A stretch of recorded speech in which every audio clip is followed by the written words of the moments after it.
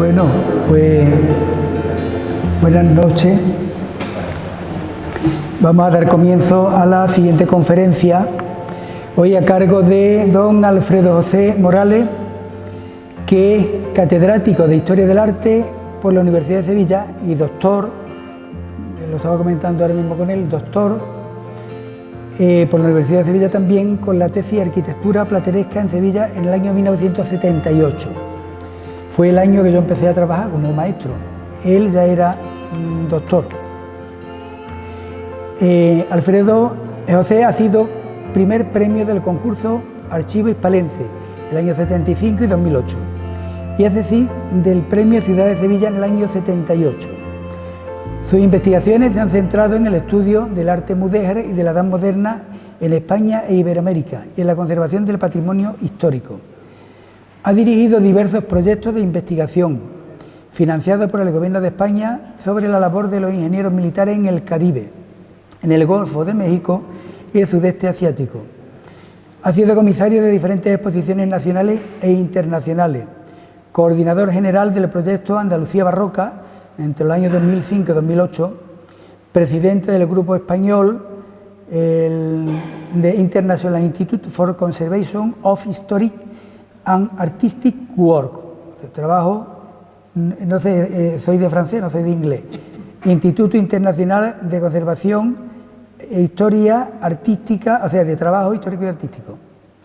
Y presidente del Comité Español de Historia del Arte entre el 2008 y el 2012.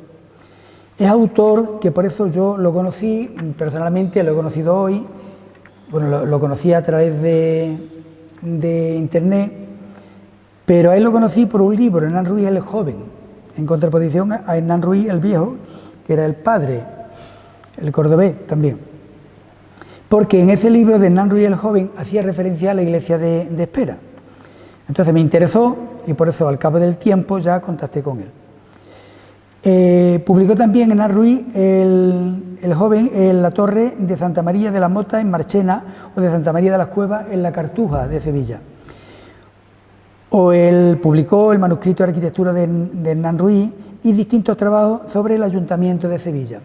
Como dije el otro día con Silvia también, si intentan ustedes averiguar todo el currículum en internet, solamente en la página de Dialnet, yo creo que, no sé el número que habrá, por lo menos 60 o 70, 80, entre libros, participaciones, artículos, etc. Y como yo lo que quiero es que nos hable de Hernán Ruiz y de la iglesia de Espera, lo dejo en vuestras manos.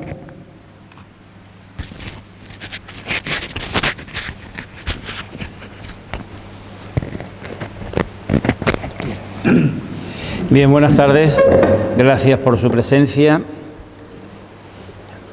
Es una gran satisfacción ver que hay gente que se interesa por aspectos de la historia de su pueblo y que tiene curiosidad por conocer algo más sobre edificios que está viendo todos los días y cuya historia a lo mejor muchas veces se le escapa.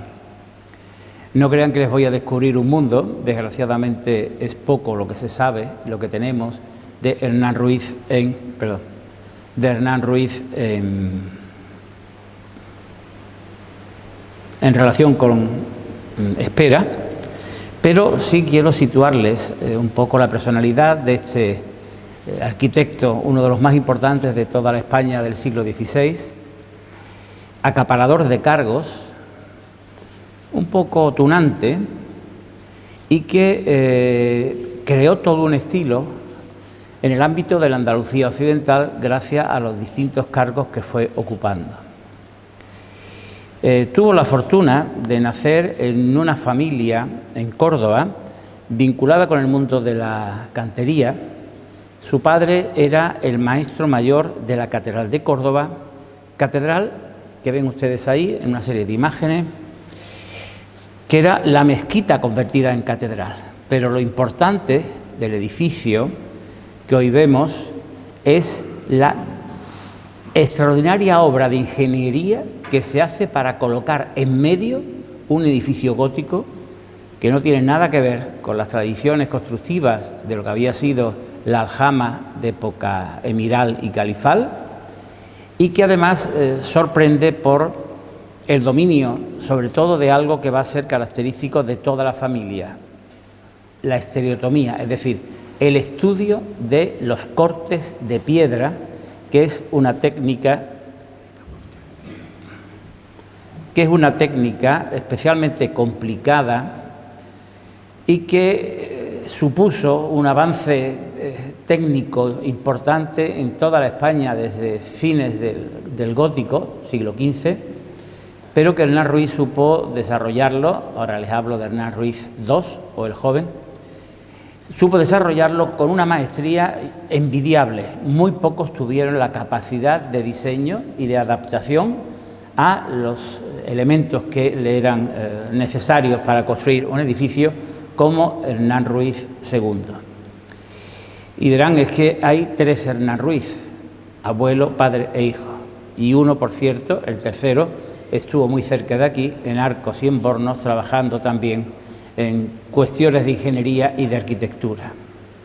Pues bien, lo que ven ustedes en esa pantalla es precisamente la Catedral de Córdoba, el crucero de esa catedral, en esa imagen que tienen arriba a su derecha, cuyas bóvedas, me refiero a las de la Capilla Mayor y crucero, diseñó Hernán Ruiz II, mientras que su padre es el autor de esta traza inferior, que se hizo en tiempos del obispo Alonso Manrique, que después pasaría a la sede de Sevilla.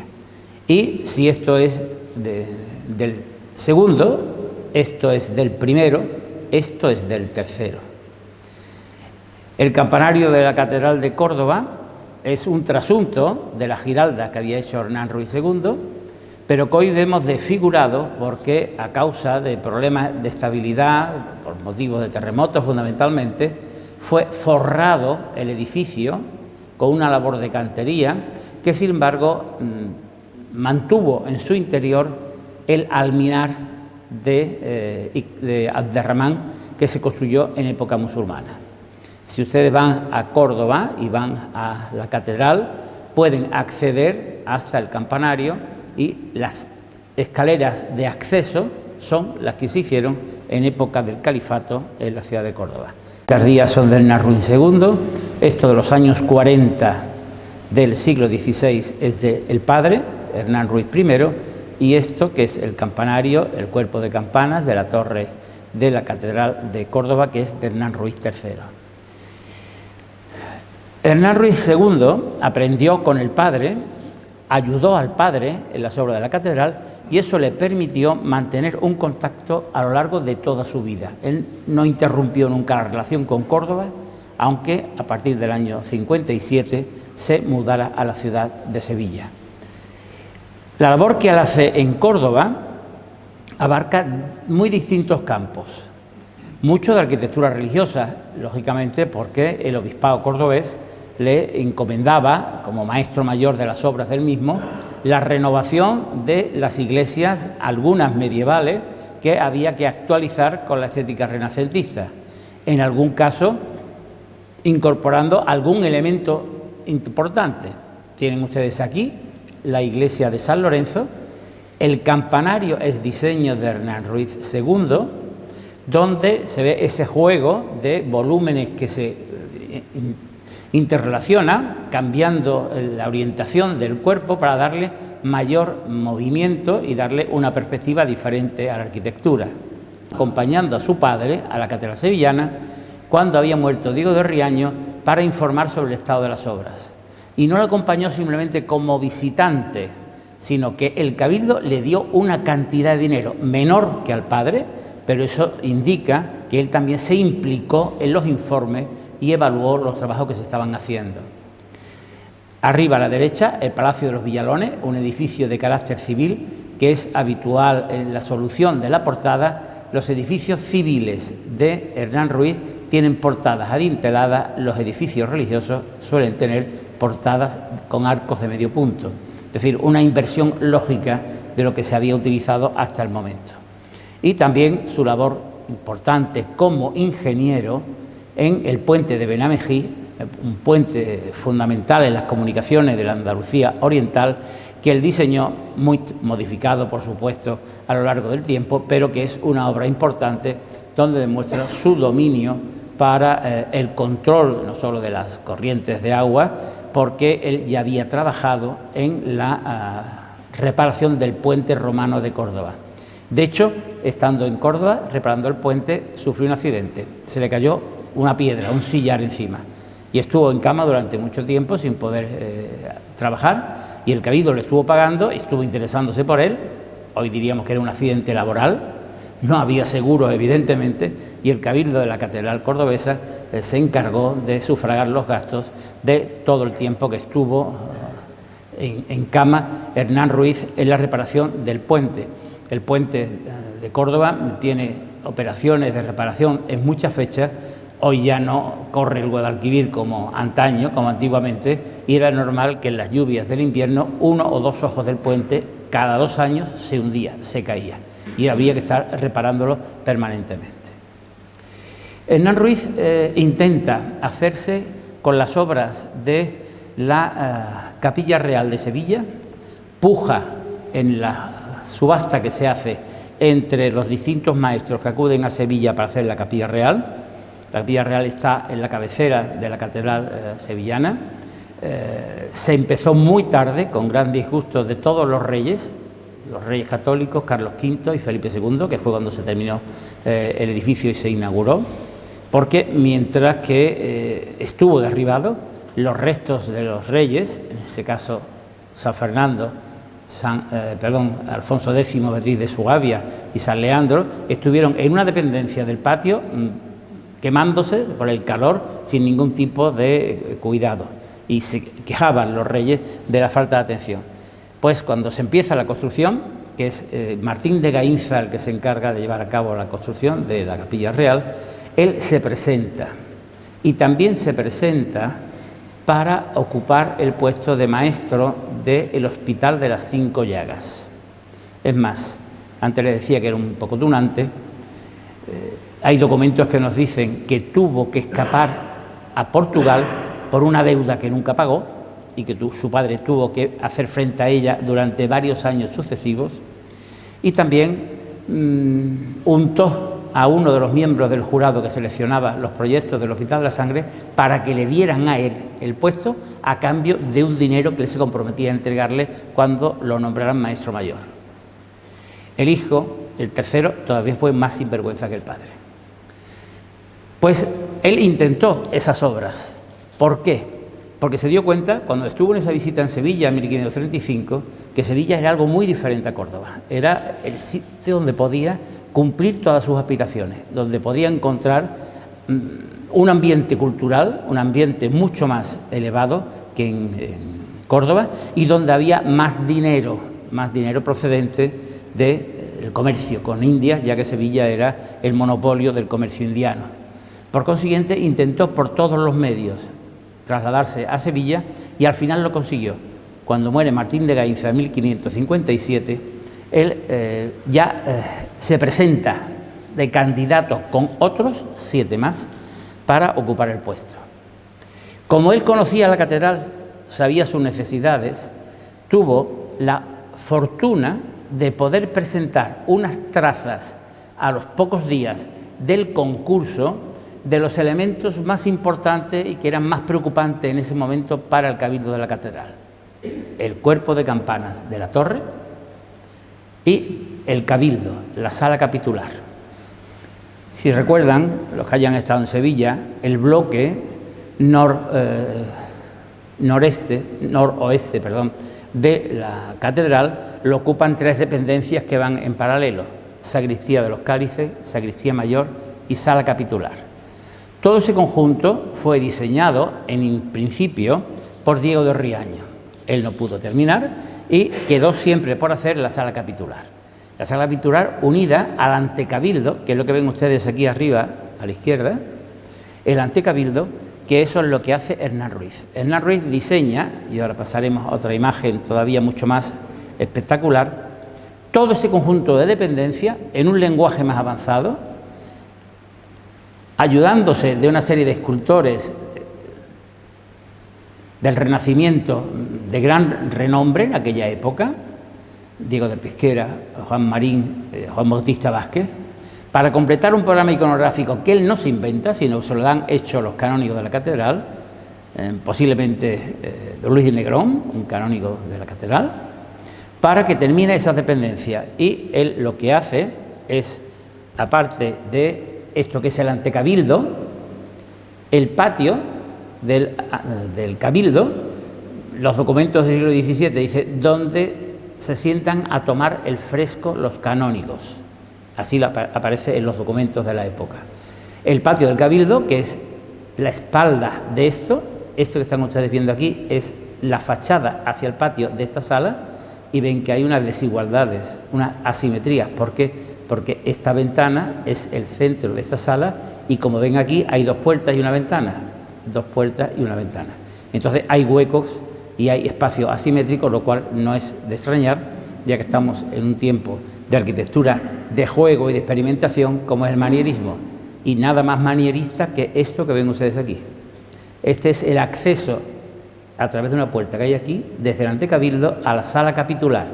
Es un espacio tortuoso, oscuro, donde un chorro de luz que viene de arriba deslumbra al espectador, y cuando llega se encuentra con esto. Lleva un camino y se encuentra en sentido contrario un espacio que es oval, realmente es elíptico, son dos figuras geométricas muy diferentes, es elíptico, que creó gravísimos problemas para cubrirse. ¿Por qué? Pues porque cada uno de los sillares de esta bóveda son únicos, porque tienen una parte convexa y otra parte cóncava, más dos aristas en esviaje en los lados, que hay que ir encajando sucesivamente.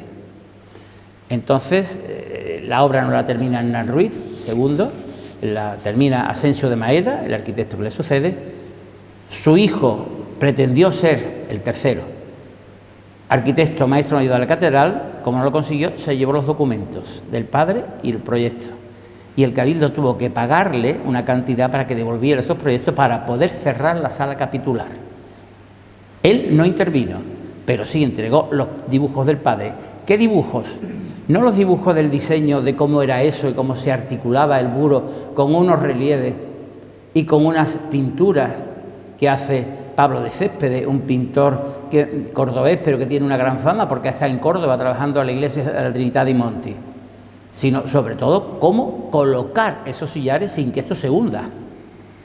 De hecho, la linterna que ven ustedes aquí, en el exterior, la última hilada del exterior, si suben a la azotea, ahora se puede subir, no sé si todavía lo conservan, sería curioso verlo, los sillares están numerados para que se sepa dónde hay que colocar cada uno, el orden que tienen que ir puestos, para evitar cualquier fallo. Hernán Ruiz es el autor del cuerpo de campanas de la Torre Mayor de la Catedral de Sevilla, que desde que existe la veleta que gira, se le llama giralda. Es en el siglo XVI cuando se le da ese título popularmente. Porque esta figura que ven ustedes aquí, y que mucha gente dice que es Santa Juana, de Juana no tiene nada, ni de Santa menos, es la victoria de la fe victoriosa, lo dicen los documentos. Porque toda la giralda se hace un programa iconográfico de exaltación de los santos locales y de los apóstoles de la Iglesia Católica frente a la herejía y frente al Islam. Hoy lo que vemos es una torre descarnada. Esta torre estuvo pintada de arriba a abajo.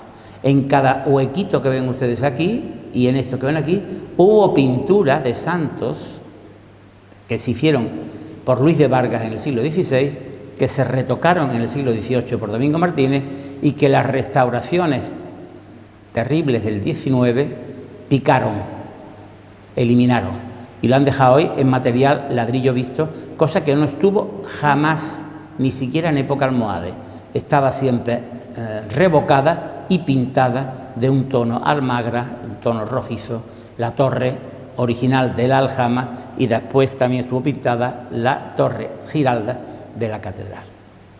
Pero es que el puesto de maestro mayor que consigue Hernán Ruiz en el año 57 en la catedral le permite controlar todas las obras que se hagan en las capillas privadas.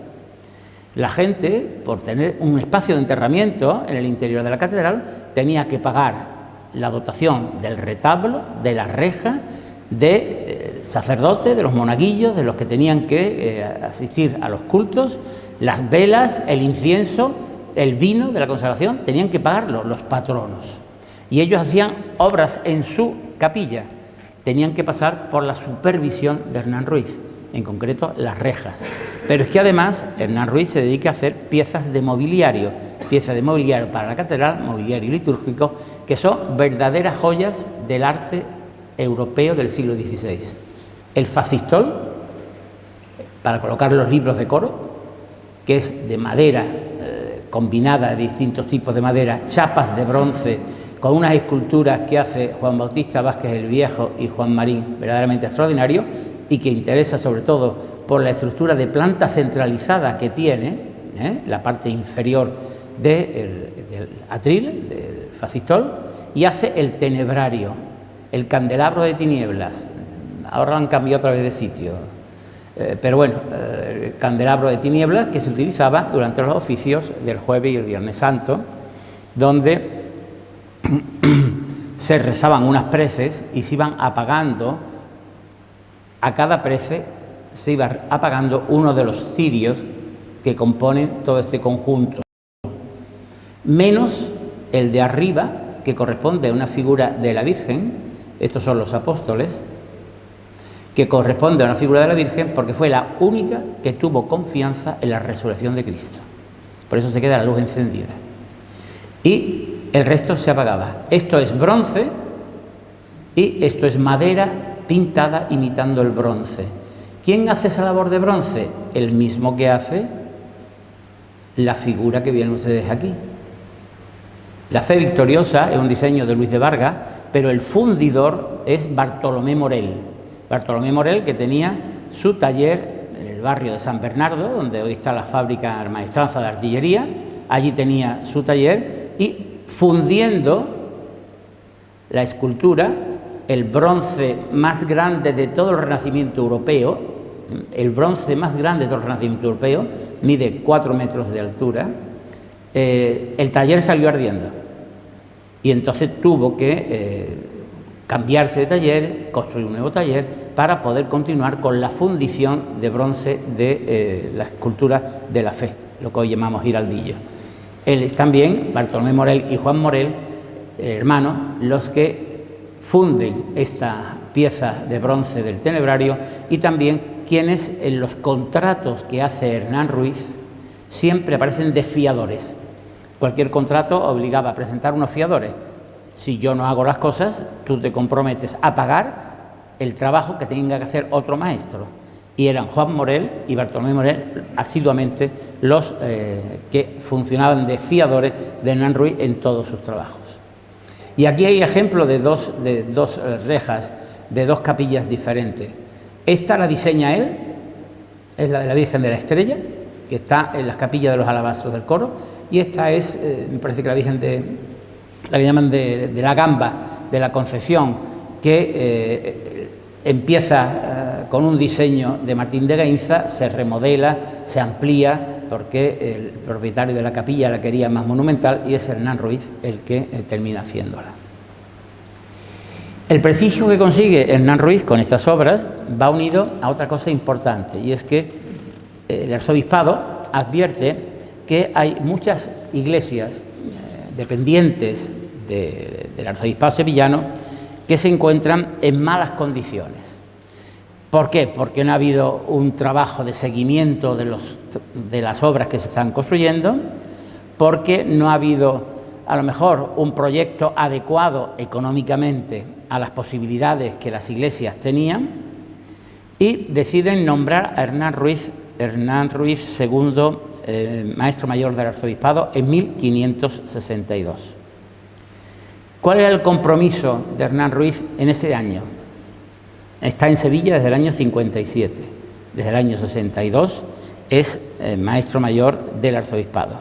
Pues él era el responsable de dar las trazas, los diseños de los edificios, de administrar las obras, de dar orden a los competentes maestros que él tenía que buscar, aparejadores, para que llevaran a cabo la obra. Y era su obligación visitar las obras al menos una vez al año, a no ser que por necesidades urgentes fuera preciso llamarlo para que resolviera algún problema del edificio. ¿Cómo se puede llevar tantas cosas a la vez? Contando con un equipo de aparejadores de su confianza, con una buena cualificación profesional que le permite interpretar sus órdenes y sus dibujos y hacer las obras por su cuenta, aunque él tenga que venir a supervisarlas de vez en cuando. Pues les leo, en el orden en que aparece el documento, las iglesias de las que se encarga en 1562. En la mayoría de los casos son las iglesias parroquiales, pero en algunas poblaciones que tienen más de una iglesia parroquial hay varias. Las iglesias son Aracena, Aroche, Encinasola, Cumbres Mayores, el Cerro del Andévalo, Utrera, Santa María de Arcos, Morón de la Frontera, Espera, San Salvador, San Miguel y San Juan de Jerez, las tres de la Jerez.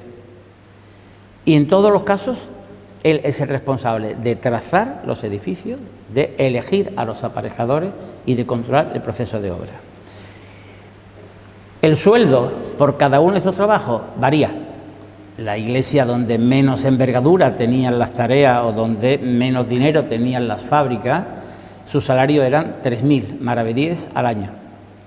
En los casos de iglesias de mayor envergadura, por ejemplo las que tienen ustedes arriba, ahora les mostraré, eran 15.000.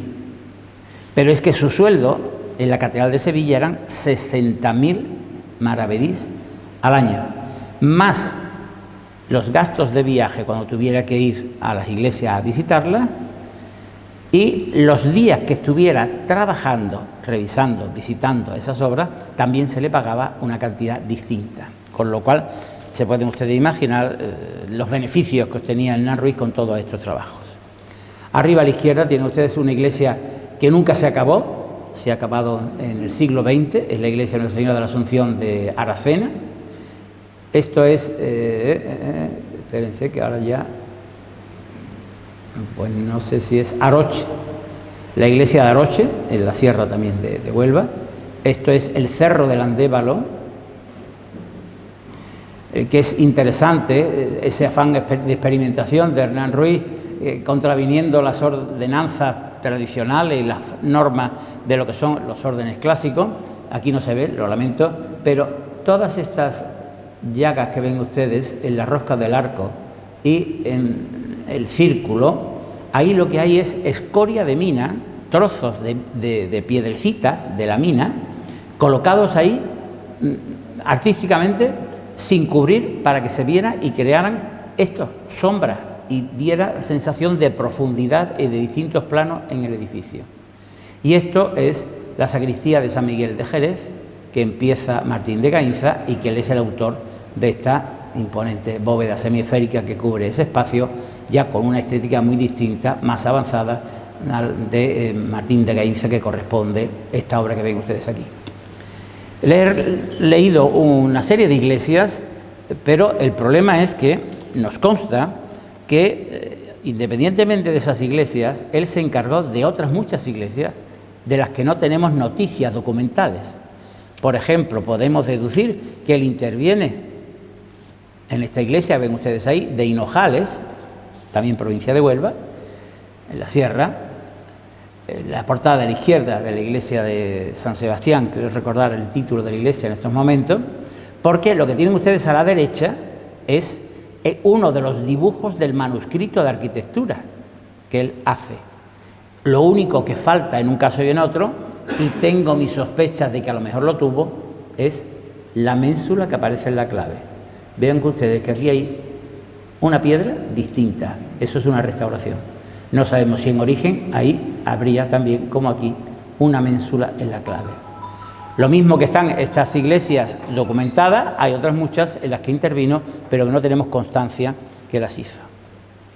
Por si no tenía bastante con los trabajos que estaba haciendo, desde el año 59-60 se encarga de otra obra importante, que es el Hospital de las Cinco Llagas, el Hospital de la Sangre. Una fundación de doña Catalina de Rivera, una fundación privada, cuyo proyecto inicial, el edificio, era el más grande de toda la arquitectura española del 16. Solo fue superado por el Escorial. Este edificio, y todo eso se hizo con los bienes particulares de los Rivera. Este edificio no se completó tampoco, quedó la mitad prácticamente sin hacerse en su fecha, y ya saben que tampoco se ha terminado del todo. Se ha hecho allí una reconversión para utilizarlo en la actualidad. Como saben, esta iglesia es la sala de plenos del Parlamento de Andalucía. Desde mi punto de vista, gravísimo error, pero bueno, eso ya no tiene solución. Cualquiera echa de ahí a los diputados.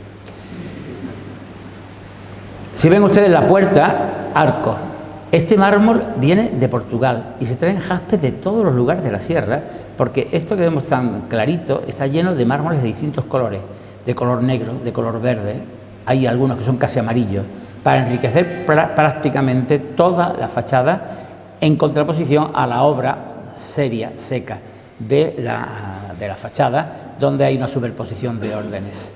Pues bien, él se hace cargo del Hospital de las Cinco Llagas, su hermano trabaja, uno de sus hermanos trabaja de aparejador, de asesor, el que seguía, digamos, de continuo la obra era su hermano, y aquí vemos varias cosas interesantes, que son, primero, claramente estos son unos dibujos. Estos son dibujos de su manuscrito de arquitectura. Esto que ven aquí es esto. Esto es una ménsula que se utiliza en un orden volado, un orden que no apoya en el suelo, que es el orden arquitectónico del interior de la sala, hoy de plenos, de la iglesia del Hospital de las Cinco Llagas. Esta es la puerta de entrada a la sacristía, hay dos. Habrán visto ustedes, no tengo imágenes de eso porque me parece bastante patético, que el Parlamento de Andalucía tiene en su presidencia un gran repostero con el escudo de Andalucía, con Hércules. Si ven ustedes un poquito con más atención, por encima del repostero se ven las pinturas del retablo que está ahí colocado detrás. Por lo menos ese no lo han quitado. Los que había en el resto de la iglesia lo han quitado todos. Y esas puertas ahora pasan a una dependencia administrativa, pero esas puertas accedían a la sacristía. Era esta puerta de jaspe rojo de Antequera y esta es el dibujo que aparece en el manuscrito de arquitectura. La identidad es perfecta, no hay ninguna variación. Esta otra ménsula que ven ustedes aquí es esta. Esto es la sacristía. Este espacio es la sacristía que está detrás del presbiterio. Este es el interior, la imagen no es buena, pero ya saben por qué razones, hacia los pies de la iglesia del Hospital de las Cinco Llagas. Luego, en ese momento, él es maestro mayor del arzobispado, es maestro mayor de la Catedral de Sevilla, es maestro mayor del Hospital de las Cinco Llagas, es maestro mayor de la Catedral de Córdoba y, por si tenía poco, es maestro mayor del Ayuntamiento de Sevilla. En 10 años, del 59 al 69, acapara todos los cargos. Por eso, en algún libro por ahí aparece la década prodigiosa. 10 años de trabajo sin parar y de dinero sin parar, evidentemente. De esos trabajos ven ustedes aquí, en este caso ya en la diócesis sevillana, poblaciones de la provincia de Sevilla, me refiero, la iglesia de Santa Cruz de Écija, a la izquierda de la pantalla, este campanario es de Hernán Ruiz. Esta es la fachada de la iglesia del Real de la Jara.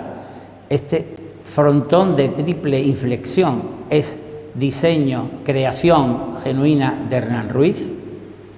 Y esta es la torre de la iglesia de Santa María de la Mota, en Marchena, que también es una pieza importante porque aquí está más diluido, pero aquí se puede apreciar mejor cómo, siguiendo lo que había hecho en la Giralda, combina ladrillo, piedra y azulejos.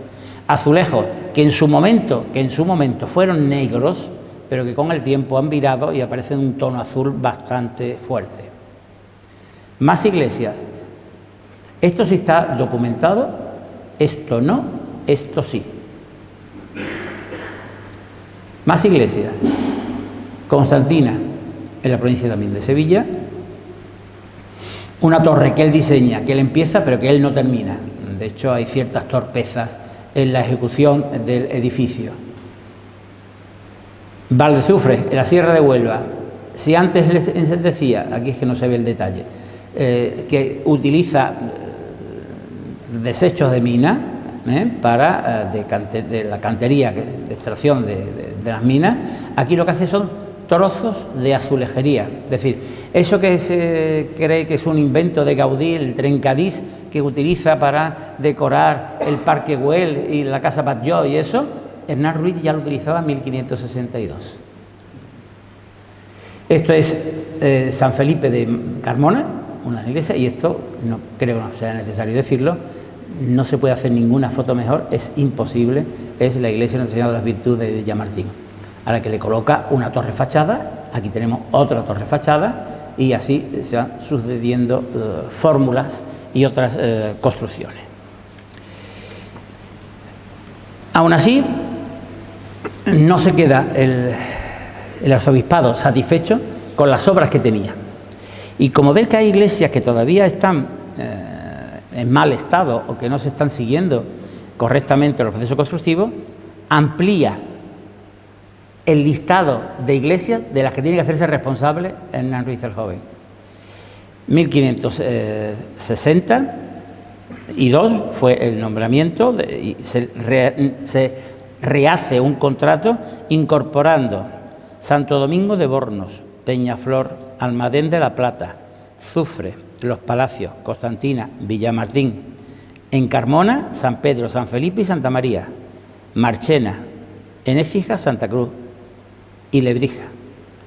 Son realmente una cantidad ingente de iglesias en las que él tiene que estar cada año al menos una vez de visita. Duraba una semana, 10 días la visita, pero piensen que además tenía que hacer esas obras y que en Sevilla tenía que hacer las obras de la catedral, en Córdoba tenía que seguir dirigiendo las obras de la catedral y en Sevilla también tenía que llevar a cabo las obras que el ayuntamiento necesitaba. Fundamentalmente, ¿cuál? La renovación de las puertas de la ciudad. Algunas de esas estampas que quizá conozcan ustedes, aunque están modificadas, los diseños de esas puertas los hace Hernán Ruiz. Y lo primero que hace Hernán Ruiz es rectificar las puertas. Las puertas que eran las puertas medievales, las puertas almohades, eran puertas en recodo, es decir, puertas que hay que hacer un ángulo, al menos uno, de 45 grados para entrar. En algunos casos había que hacer 2 recodos, a la derecha y luego a la izquierda para acceder. Él tira todos esos muros interiores y hace una puerta como si fuera un arco de triunfo para entrar directamente en línea recta con la calle y urbaniza las plazas que hay en torno a las puertas, el caso que hace en la Puerta Real, llamada Real porque por ahí entró Felipe II en su visita a Sevilla en 1570. 1570 ya no existía Hernán Ruiz, pero la puerta estaba ya renovada de antes, unos años antes se había renovado y es una de las puertas que más claramente reflejan su estilo. Una de las iglesias que les he nombrado, y también es por un detalle circunstancial, es la iglesia de Zufre. Zufre es una población de la Sierra de Huelva, de la Sierra de la comarca de Aracena y Picos de Aroche, y la iglesia de la Asunción hace, no pierdan de vista esta bóveda, en los tramos de la nave, una nave única, y deja el orden arquitectónico colgado de una ménsula y otras 2 ménsulas que coloca aquí para el soporte. Le digo que no se lo pierdan de vista porque eso es lo que nos vamos a encontrar en la iglesia de este pueblo.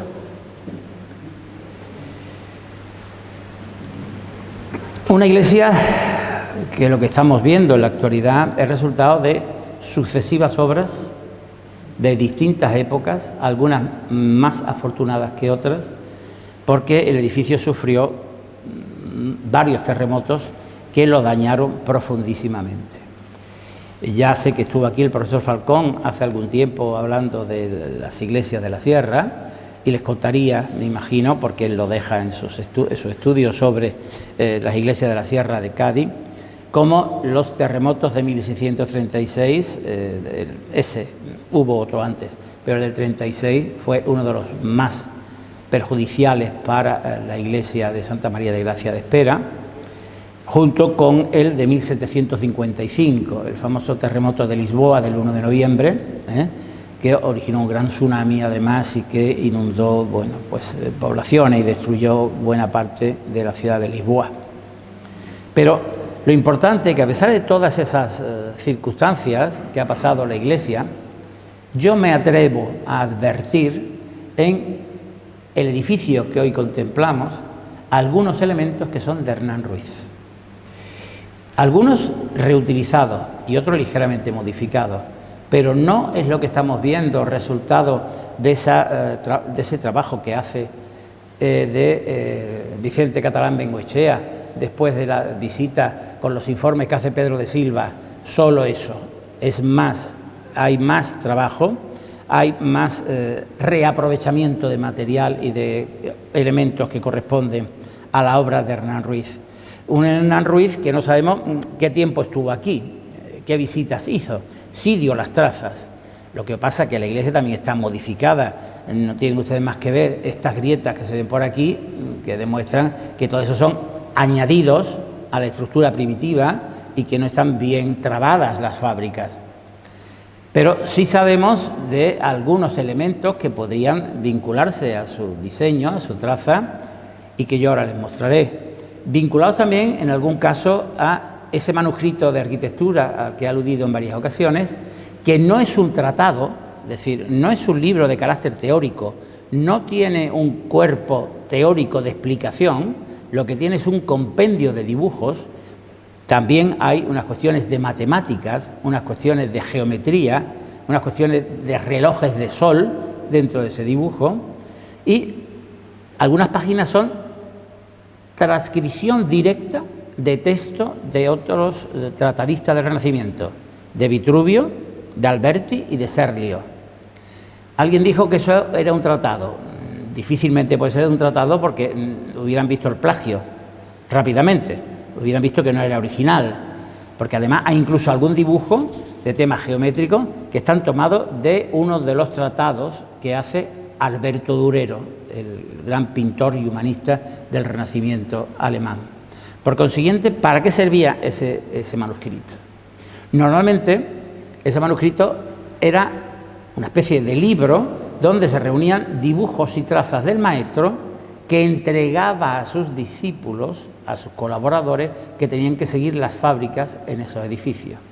Yo sospecho que algo de eso tuvo que ver aquí, porque Hernán Ruiz pudo venir 2 veces, 3 veces a ver cómo iba la fábrica de la iglesia de Santa María de Gracia. Tendría que tener mucha confianza en el maestro que aquí estaba dirigiendo la construcción para ausentarse con tantísima frecuencia. Sabemos que en 1586, lo comentó el profesor Falcón, Pedro de Palafox estaba dirigiendo como aparejador las obras, ya había muerto Hernán Ruiz. Parece que en 1608 se cubren las bóvedas que no quiere decir que fueran diseños de ese momento, eran anteriores, pero se cubren en esa fecha. Y en 1614 se concluye el templo, es la fecha que se da como la de terminación de la obra primitiva. Se dice que el terremoto de 1636 destruyó la fachada.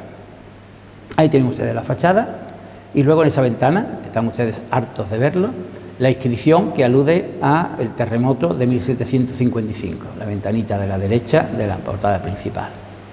Pues bien, yo creo que esta ventanita que ven ustedes, esta parte de la ventana, es obra de Hernán Ruiz, a la que después se le coloca unas ménsulas, modificando las que él habría puesto, y se le coloca este frontón curvo y roto después del terremoto de 1755.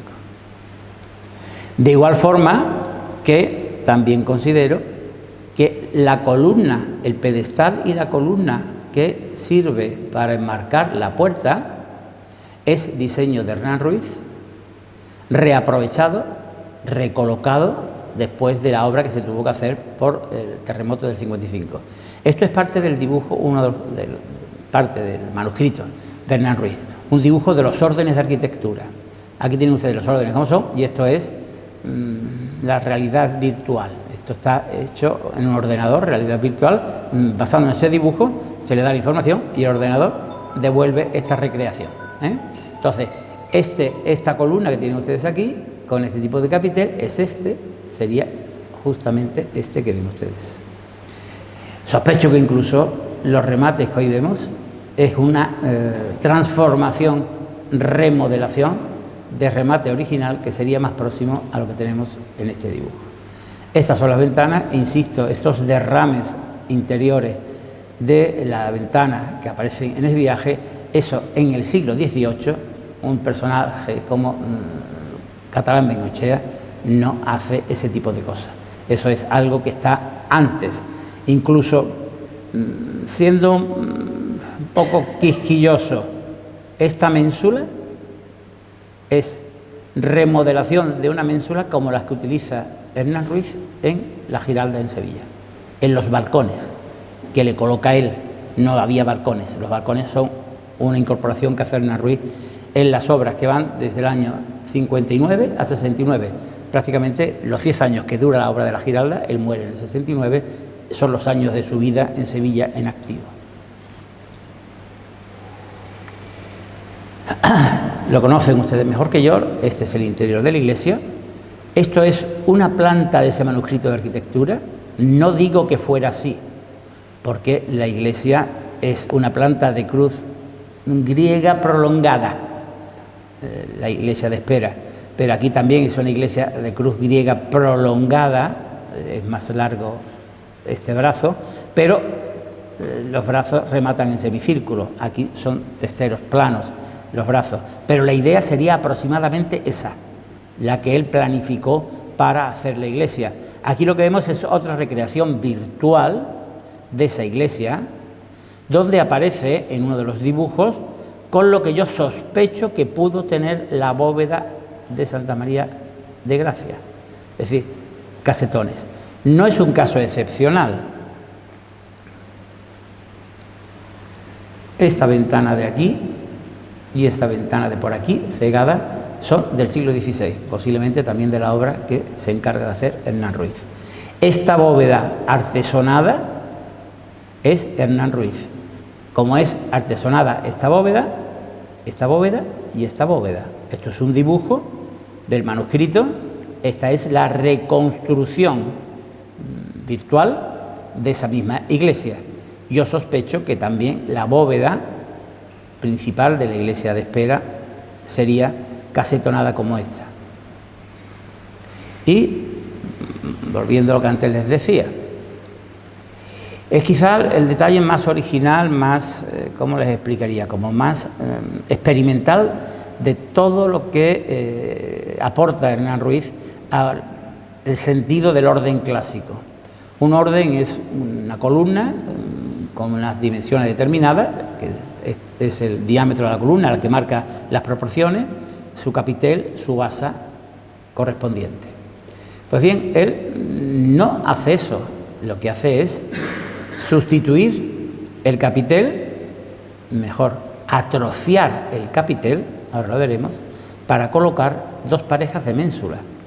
Esta pareja de ménsula, que no es la primera vez que se hace, esto es Diego de Riaño, la sacristía mayor de la catedral. Estas son las ménsulas del manuscrito de arquitectura, parecidas a estas, y lo que ven ustedes a continuación es el orden jónico que dibuja en distintas páginas de ese manuscrito. Las páginas están desordenadas, además. Esto es la recreación virtual de esta lámina. Esto es el dibujo, esto es la recreación virtual de esa lámina. Y lo que posiblemente se hace es, siguiendo esos dibujos que hemos visto anteriormente, de ménsulas, esto es otra recreación, y ménsulas, hacer las parejas de ménsulas que constituyen los soportes. No tengo detalle suficientemente próximo, pero cuando salgan y vayan a la iglesia, miren que aquí, entre estos listeles, estas molduras rectas y las ménsulas, hay un capitel jónico como este, comprimido. Prácticamente es una moldurita, pero se ven perfectamente en los extremos las volutas que se enrollan en los laterales, más o menos aquí, esto. Y eso es uno de los detalles donde demuestra que su forma de hacer, su forma de entender la arquitectura es experimental, avanzando sobre lo que son las normas del código clásico de los maestros que antes les he citado, Alberti, Vitruvio, Serlio, haciéndolo con una gran libertad, como también pienso que aquí falta en los brazos de la cruz un artesonado como este, una bóveda artesonada como esta, y aquí pienso que falta en el centro una bóveda parecida a esta que tenemos aquí. Evidentemente, esos elementos no sabemos si se hicieron o si es producto de las intervenciones para reparar los daños que se hicieron en el siglo, por los terremotos del siglo XVII y del siglo XVIII fundamentalmente. Por el lenguaje de estas molduras, yo creo que todo esto es ya producto de la intervención de Vicente Catalán Bengoechea, y que estos muros de cantería que ven aquí descarnados, que nunca fueron descarnados, también corresponden a la obra primitiva de la iglesia que se hizo en el siglo XVI. Iglesia que tienen ustedes aquí y de las que yo hoy he venido a recordarles algunos elementos, sobre todo con vinculación a quien fue el creador, Hernán Ruiz el Joven. Muchas gracias por su atención.